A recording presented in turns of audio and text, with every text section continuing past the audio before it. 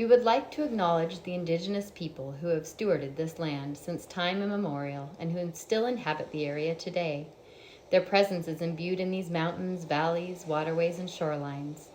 We aim to nurture our relationship with our neighbors and the shared responsibilities to their homelands where we all reside today. We recognize that if it were not for their historic and continued commitment to preserving these lands, we as a community and organization would not be able to benefit from the lush, vibrant landscape we live, work, and play in today. Thank you to the local fishers who welcomed us on board their reef net gear as they caught coho and pink salmon for our yield study today.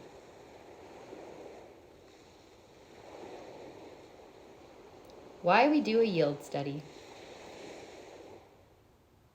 To estimate the amount of food to purchase, to determine meal pattern contribution for each food component, to control food costs, to prevent food waste. So we only cook what we need, and we ensure an adequate quantity of food is produced each meal. How do we do a yield study? Use the same ingredients that you will use to produce the menu item. Use the same equipment each time. Repeat the test 6 times. Record the information. When might you want to complete a yield study? If you have an ingredient that isn't in the food buying guide, like the raw salmon we're using today, or if you have an ingredient that is producing a higher or lower yield than the food buying guide, like if you're using the entire head of cauliflower, stem, and florets in a soup, stew, or sauce. We have purchased frozen coho salmon fillets. They have the skin on, they've been trimmed, and the pin bones have been removed. A fish sold this way is commonly known as a salmon fillet, skin on, pin bones out. Today we will be performing an in-house yield study on coho salmon. It is important to repeat the exact steps with the same equipment. Begin by tearing the scale. Record the trimmed raw weight of each sample prior to cooking. We are recording the weight on a simple spreadsheet that we prepared in addition to recording the weight on each tray to prevent confusion of samples during the test. We will prepare each sample using the same type of fish, cooked in the same oven, at the same temperature, for the same length of time. We will confirm our weights before and after cooking to assess the loss we experience during cooking. Our goal is to determine how many 2-ounce portions of cooked salmon we can expect to yield from one raw salmon fillet. It is important to examine the salmon to ensure that the pin bones have been removed. In some cases, a stray pin bone may be removed by hand when the salmon has been previously frozen and thawed. Pin bones are easily identifiable and can be seen while flaking the fish if any were missed. We have determined that our raw salmon are all similar sizes and weights. We select 350 degrees Fahrenheit for a slower, gentler cooking temperature to prevent excess moisture loss while cooking. We estimate that our salmon will take just under 15 minutes to reach its final temperature. Cooking previously frozen salmon requires that we cook the fish to an internal temperature of 145 degrees Fahrenheit.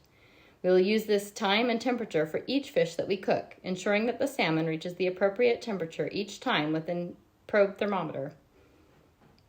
Michelle is preparing to remove the skin by using parchment paper. Without the addition of a nonstick spray, we found that the skin adhered to the paper, which allowed for easy removal. During our study, we determined that skin separated easiest after waiting a minimum of 5 to 15 minutes. The skin would adhere to the parchment, and we could simply roll the fillet over and peel back the parchment and skin. It's important to note from previous experience, we know that removing salmon from a chilled fish was a laborious task. Each time that we weigh the cooked salmon, skin removed, we place it onto a sheet tray with parchment paper that has been teared. We continue to record the data in 2 places throughout our test, on our worksheet and on the parchment paper. We will now repeat this exact sequence 5 additional times. We will cook 1 fish at a time, confirming the desired temperature is reached. We will allow the fish to rest for approximately 5 minutes before removing the skin. We found that the longer the fish rested, the more moisture it retained as well, which leads to a higher yield. When performing a yield study, it is best to have 2 people involved in order to double-check procedure and math.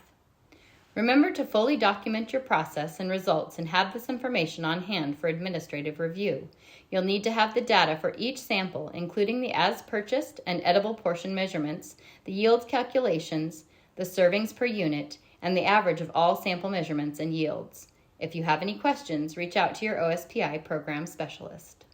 We simply flaked the fish into bite-sized pieces.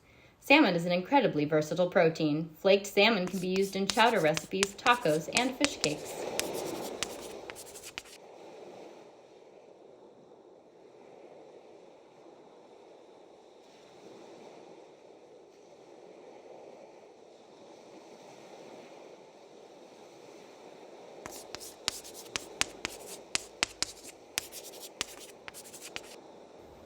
Thank you for watching, and good luck with your yield studies.